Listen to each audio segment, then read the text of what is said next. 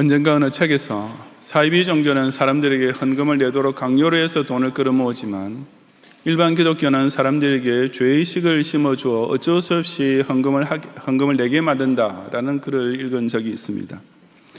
사이비 종교 교주는 비록 헌금을 강요하긴 하지만 그래도 아예 깨끗이 드러내놓고 요구하는 반면, 기독교는 강요를 하지 않는다고 하면서도 오히려 뒤로는 더욱 은근히 돈을 내놓으라고 압박한다는 뜻이었습니다. 즉 실상 기독교는 사이비 종교보다 더 악질적으로 헌금을 모은다는 비난이나 다름없는 말이었습니다. 저는 불신자들이 교회의 헌금에 대해 왜 그토록 의견도 많고 분석도 많은지 참 이상합니다. 예수님을 구세주로 믿고 중생을 받게 된 은혜가 그 얼마나 감격스러운지 전혀 모르면서, 교회를 통해 선한 일에 헌신하는 것이 얼마나 기쁜 일인지 전혀 체험해보지 못하면서 기독 신자의 헌금 생활에 대해서는 어쩌면 그렇게도 똑똑하고 이빠른 소리를 하는지 참 알다가도 모를 일입니다. 하지만 불신자들이야 제멋대로 뭐라고 말하는지 간에 사실 별 문제 삼을 일은 못 됩니다. 신앙생활을 전혀 모르는 사람들이 자기네가 도저히 알 수 없는 사실을 두고 이러쿵 저러쿵 하는 소리는 조금도 신경을 쓸 필요가 없으며, 또한 우리가 그 말에 해명하고 대답해 보았자 그들이 알아들을 리도 만무하기 때문입니다. 진짜 문제는 기독교인 가운데서도 헌금 생활에 대해서 기본적으로 그런 불신자와 비슷한 선입견에 빠져서 평생도록 벗어나지 못하는 사람들이 있다는 사실입니다. 그런 교인들은 신앙생활에서 유독 헌금을 터부시합니다. 교회생활 중에 다른 것은 다 좋은데 이것 하나만큼은 항상 마음에 부담이 되고, 따라서 가능하면 서로 언급을 회피하는 것이 상책이라고 생각합니다. 정말 헌금이라는 것이 신앙생활에서 그런 금기사항이 되어야 하겠습니까? 목사가 강단에서 다른 모든 경건생활에 대해서는 당연히 설교해야 하지만 헌금 문제만큼은 좀 빼놓고 넘어가야 할 주제이겠습니까? 신자가 다른 봉사나 선행에 대해서는 서로 격려하며 죽도록 충성하는 자세로 힘을 다해 섬겨야 마땅하지만, 유달리 헌금만큼은 그저 피차 쉬쉬하고 각자 알아서 하도록 가만히 놔두어도 누구나 다 저절로 열심히 하게 되어 있는 것이겠습니까? 절대 그렇지 않습니다. 신앙생활의 다른 문제와 꼭 마찬가지로 헌금생활 역시 신구약 성경 곳곳에서, 그리고 무엇보다도 예수님께서도 친히 여러 차례 명백하게 가르치신 일입니다. 그래서 이제 막 태동한 예루살렘 교회에서도 그 헌금 생활이 즉각 시행되었던 것입니다. 이 시간 저는 신약의 첫 교회에서도 처음부터 시작되었던 헌금 생활의 본질이 과연 무엇인지를 함께 상고해 보고자 합니다. 첫째, 헌금 생활은 신자가 복음의 은혜를 받으면 자발적으로 행하게 되는 기본적 의무입니다. 4장 32절부터 37절까지 함께 봉독하겠습니다. 믿는 무리가 한 마음과 한 뜻이 되어 모든 물건을 서로 통용하고 자기 재물을 조금이라도 자기 것이라 하는 이가 하나도 없더라. 사도들이 큰 권능으로 주 예수의 부활을 증언하니 무리가 큰 은혜를 받아 그 중에 가난한 사람이 없으니 이는 밭과 집 있는 자는 팔아 그 판 것의 값을 가져다가 사도들의 발 앞에 두매 그들이 각 사람의 필요를 따라 나누어 줍니다. 구브레에서 난 레위족 사람이 있으니 이름은 요셉이라. 사도들이 일컬어 바나바라, 번역하면 위로의 아들이라 하니 그가 밭이 있음에 팔아 그 값을 가지고 사도들의 발 앞에 두니라. 아멘. 본문은 예루살렘 교회 안에서 그처럼 자발적이고도 왕성한 헌금 생활이 일어나게 된 이유를 단 하나로 천명하고 있습니다. 그것은 곧 사도들이 큰 권능으로 주 예수의 부활을 증언하니 무리가 큰 은혜를 받아서였습니다. 사도들은 오로지 주 예수의 부활, 즉 복음의 핵심을 증언했을 뿐이었습니다. 예루살렘 교회에 모인 성도들은 이미 베드로를 통해 복음 전도를 듣고 모이게 된 믿는 무리였지만 그들을 향한 사도들의 설교 주제는 그 복음에서 조금도 벗어나지 않았던 것입니다. 하지만 그 복음이 계속해서 사람들의 심령에 큰 은혜를 채워주었습니다. 그것은 두말할 것 없이 성령께서 역사하신 결과입니다. 즉 예수님께서 사망을 이기시고 부활하셨다는 복음, 그 예수님을 구세주로 믿는 자 역시 영생 부활을 받을 수 있다는 복음을 들을 때 하나님의 큰 은혜가 사람들의 심령 속에서 강력한 반응을 일으켰던 것입니다. 그 성령의 은혜가 예루살렘 교회 교인에게 절로 헌금 생활을 하게 만들었습니다. 32절에서 믿는 무리가 한 마음과 한 뜻이 되어 모든 물건을 서로 통용하고 자기 재물을 조금이라도 자기 것이라 하는 이가 하나도 없다라는 말씀은 초대교회 안에 무슨 공산주의 사회가 형성되었다는 뜻이 결코 아닙니다. 이것은 예루살렘 교회 안에서 특히 구제 헌금이 많이 행해졌음을 가리키는 말씀입니다. 당시 예루살렘 교회는 가난한 교인들이 아주 많았습니다. 나중에 사도 바울을 통해 이방 지역의 교회들이 세워졌을 때 그 교회들이 예루살렘 교회를 위하여 합동으로 특별 구제 헌금을 모아서 보내준 일이 있었습니다. 모교회에 가난한 교인들이 얼마나 많았으면 이처럼 나중에 세워진 지교회들로부터 도움을 받을 정도였겠습니까? 그래서 예루살렘 교회 교인 중에 부유한 사람들은 자기네 교회 내의 가장 급한 문제 해결을 위해 그처럼 자기 재물을 자기 것으로 생각하지 않고 정성껏 바쳤던 것입니다. 그 결과 가난한 사람이 없게 되었다는 34절 말씀 역시 이것이 구제의 헌금이었음을 다시 한번 잘 나타내 줍니다.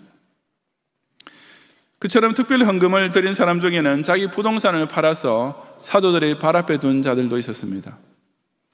이것은 사도들이 무슨 보좌 같은 데 높이 앉아있고 헌금을 바치는 교인들은 그 사도들 앞에 무릎 꿇고 엎드려서 헌금을 갖다 바치자는 뜻이 아닙니다. 이 발 앞에 두다라는 말은 법적으로 이양하다라는 의미입니다. 즉 사도들에게 무슨 사적인 금일봉을 전해준 것이 아니라 교회 앞에 공식적으로 헌금하여 사도들이 교회 이름으로 공적 목적을 위해 사용할 수 있게 한 것이었습니다. 바로 이어지는 말씀에 그들이 각 사람의 필요를 따라 나누어 줌이라고 확인하고 있는 것처럼 사도들 역시 그 헌금을 교회 내의 구제 사업을 위해 공정하게 지출했습니다.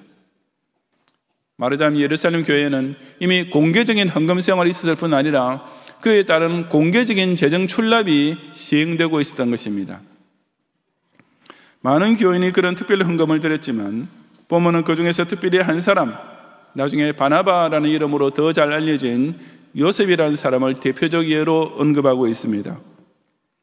그 이유는 그가 나중에 예루살렘 교회가 안디옥 교회로 파송한 목회자가 되었기 때문이었습니다.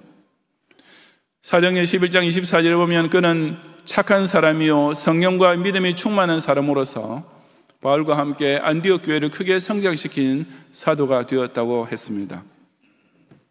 바나바라는 별명 자체가 위로의 아들, 즉 권면하고 위로하는 자라는 뜻으로서 바나바는 그와 같은 목회자적 자질을 일찌감치 보여준 것입니다.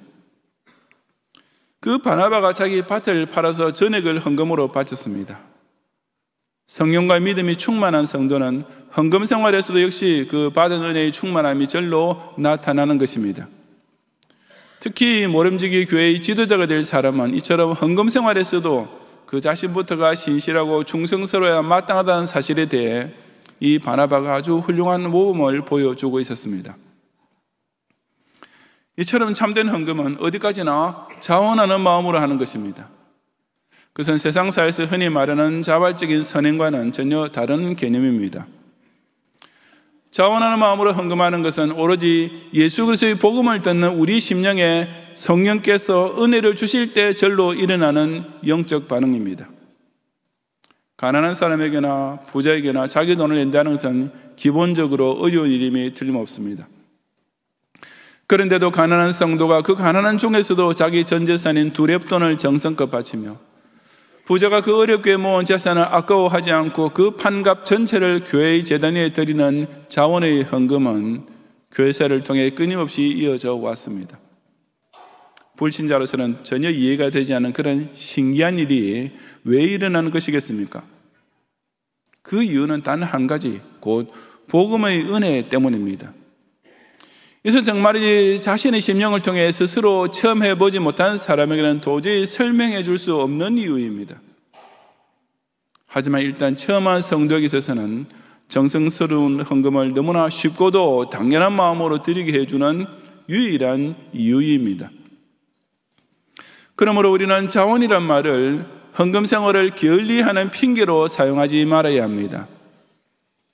왜냐하면 자기 속에 자원하여 헌금하고 싶은 마음이 일어나지 않는다면 그것은 헌금 생활에 대한 문제이기 전에 먼저 그의 심령에 예수 그리스도의 복음의 은혜가 아직 진심으로 체험되지 않고 뜨겁게 감사된 적이 없음을 뜻하는 것이기 때문입니다.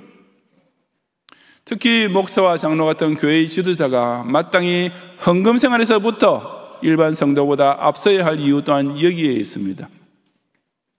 기꺼이 정성껏 헌금을 드리는 은혜조차 받지 못한 사람에게 교회를 이끌어갈 만한 성령 충만함과 믿음이 있을 리 만무하기 때문입니다. 헌금은 결코 강요해서 되는 것도 아니며 죄의식을 교묘하게 이용해서 우려내는 것도 절대로 아닙니다.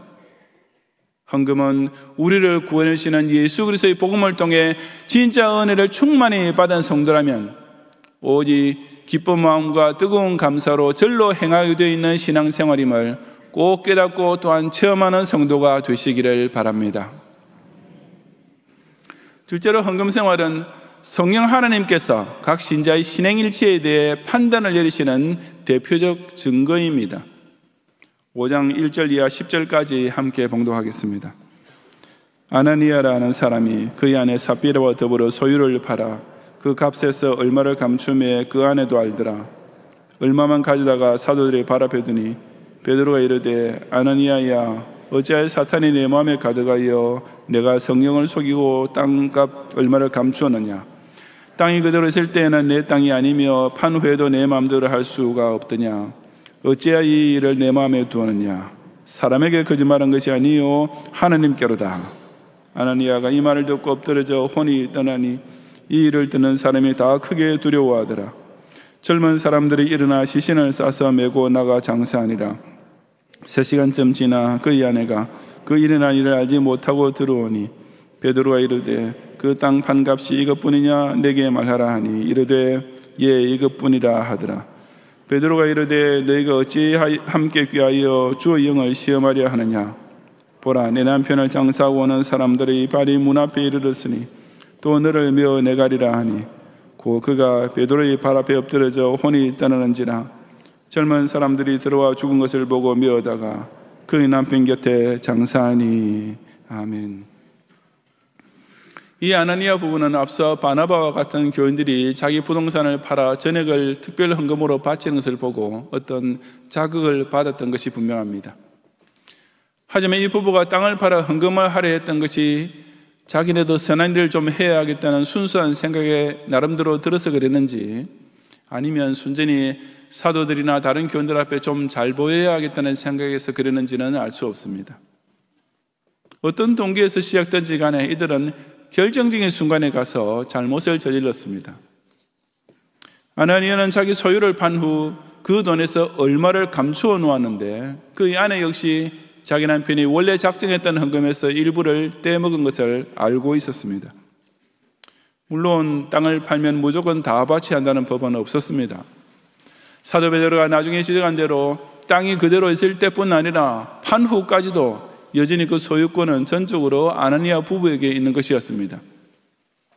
즉 어디까지나 이것은 특별 헌금이었던 까닭에 아예 낼 생각조차 하지 않아도 누가 강요할 문제가 아니었으며 또한 땅을 판 후에도 그 중에 일부만 바쳐도 아무 상관없는 일이었습니다.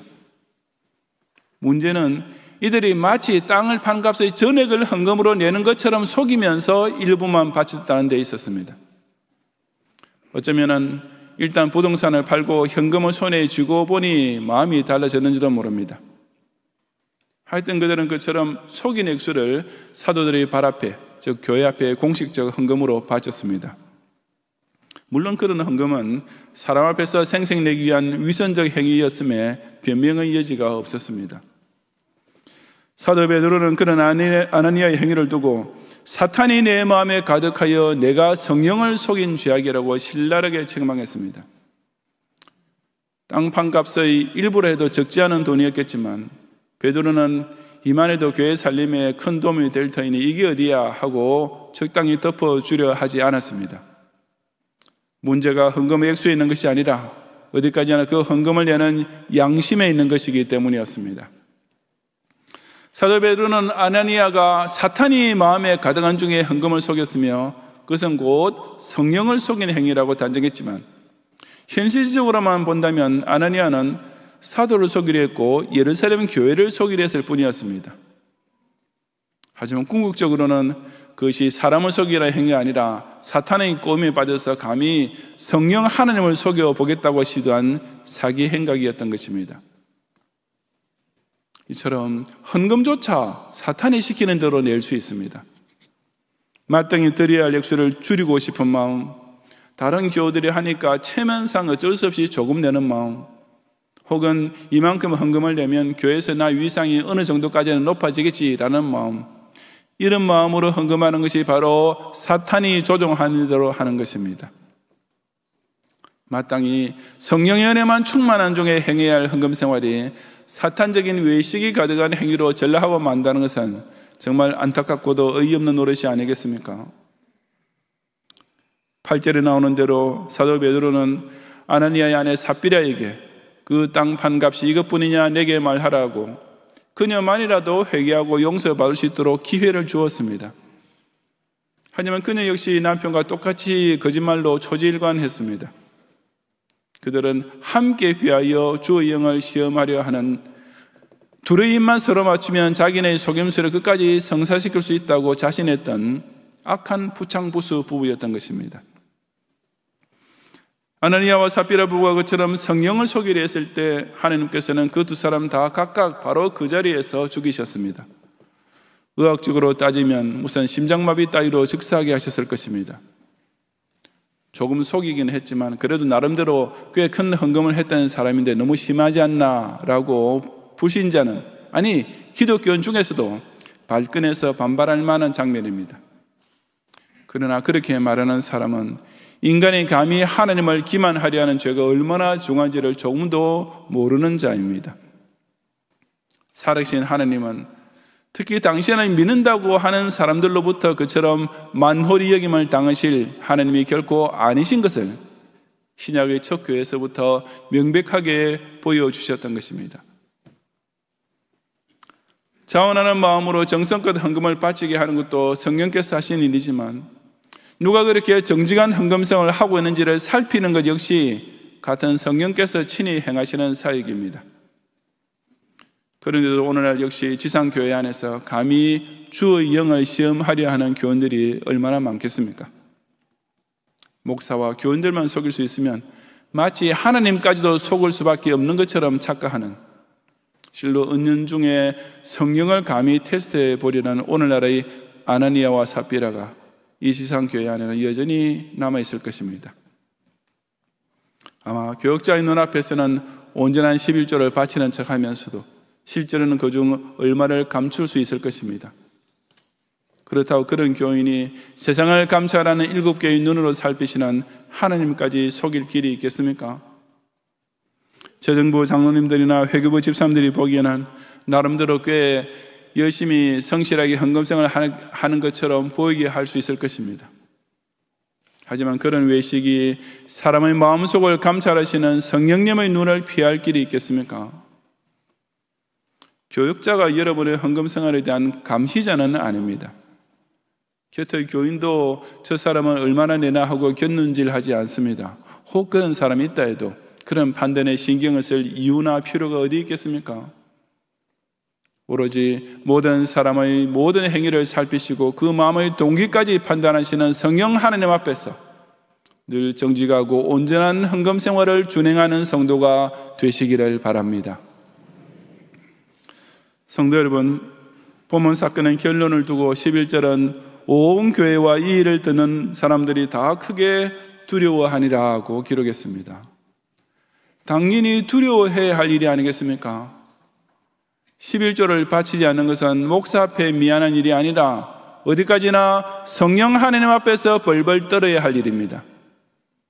1년 내내 감상금 한 번도 내지 않는 것은 적당히 넘겨도 될 문제가 아니라 스스로 겁을 내어야 할 일입니다. 헌금을 속이려는 생각이 자기 머릿속을 잠시만이라도 스쳐 지나가도 조금은 꺼림칙한 정도가 아니라 지극히 두려워할 줄 알아야 마땅한 실로 심각한 일인 것입니다.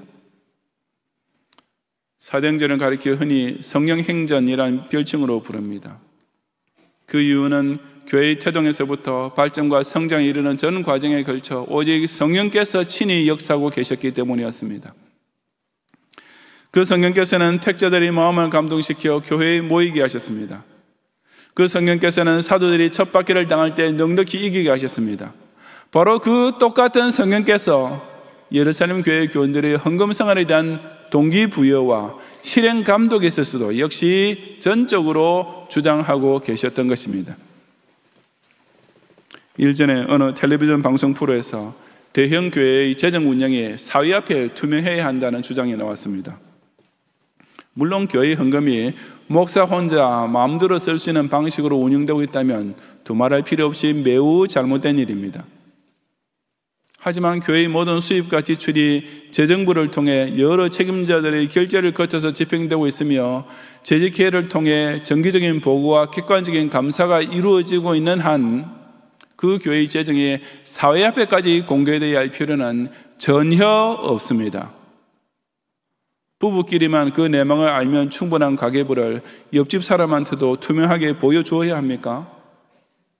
기업에서 평소에 자기네 회계장부를 신문기자들 앞에 다 공개하면서 운영합니까? 저래서야말로 일반 신도로 구성된 재직회나 재정부 같은 조직 자체가 아예 없이 주지 혼자서 다 하고 있지 않겠습니까? 그런데 왜 하필 기독교회는, 그중에서 특히 소위 대형 교회는 자기네 교회의 재정을 사회 앞에서 투명하게 공개해야 한다는 말입니까? 교회의 재정은 본교회 교인들 앞에서만 투명하면 충분한 것이며 또한 자기 교회 내에서는 당연히 투명해야만 합니다. 그 어떤 경우에도 교회의 재정 출납이 목사 한 사람의 도장이나 재정부장 한 사람의 승인만으로 이루어질 수 있어서는 안 됩니다. 왜냐하면 이 모든 것이 다 성령의 감독 아래에서 이루어지는 일이기 때문입니다.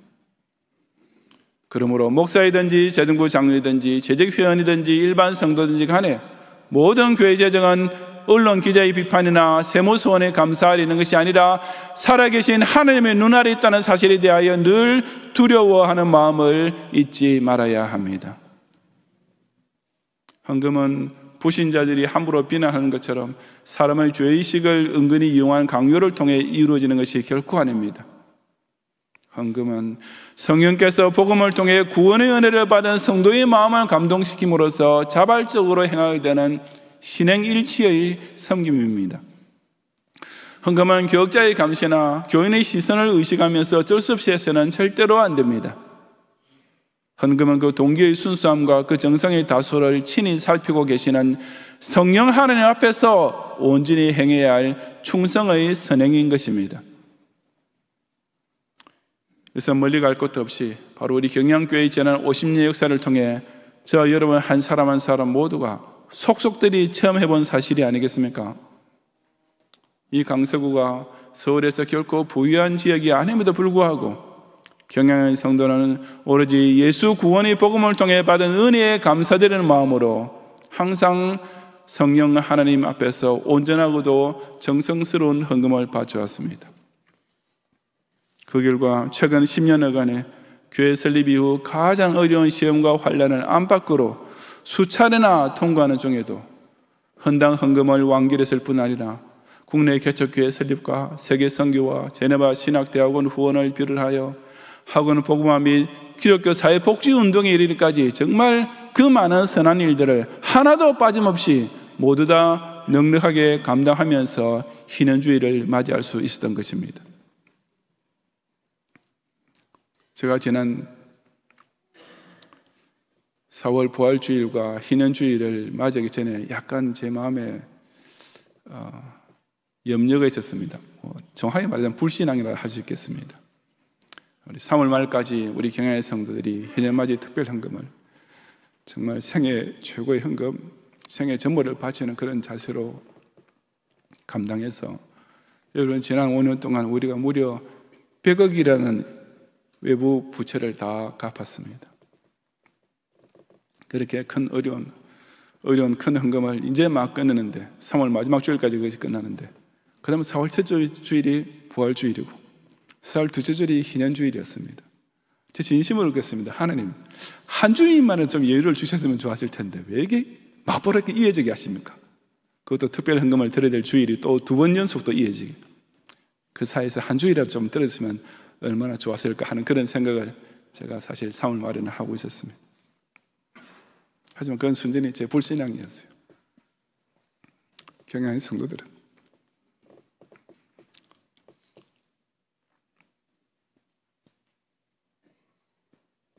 사월 첫째 주일 부활주일 헌금을 예산보다 넘게 바쳤습니다. 바로 그 다음 주일 이어진 현주일 특별 헌금은 예산이 1억 9천이었는데 지금 그에 3억 가까이 바쳤습니다. 2주간에 걸쳐서 경양의 성도들은 4억 원이나 되는 특별 헌금을 드린 것입니다. 우리 일반 헌금을 제외하고 말입니다. 11조나 감사나 3대 후원 헌금, 나머지 소원 헌금 제외하고 특별 헌금으로만 2주일 사이에 무려 4억 원을 드렸습니다. 이 가난한 교인들이. 이게 뭐 사람이 하는 일입니까? 목사가 강요해서 이루어질 수 있는 일입니까? 오직 성령께서 하시는 일입니다. 하지만 이제 교회의 모든 부채가 해결됐다고 해서 우리가 헌금 생활에서 조금이라도 해이해지면 안 됩니다. 오히려 희년주의를 기점으로 이제부터는 교회 외부 차입금에 대한 부담은 완전히 없어진 만큼 더욱 전도와 선교에 우리 힘을 집중하여 경양의 예수 세계화 운동의 시대를 본격적으로 펼쳐나가야 합니다. 앞으로도 우리 자신의 헌금 생활이 그 어떤 경우에도 사탄이 마음에 가득한 가운데 행하는 외식이 되지 않도록 오직 경양교회를 통해 성령이 충만한 가운데 받은 은혜에 대한 감사와 신전인격자적인 성실로서 최선을 다해 준행하는 성도가 되시기를 주님의 이름으로 축원합니다.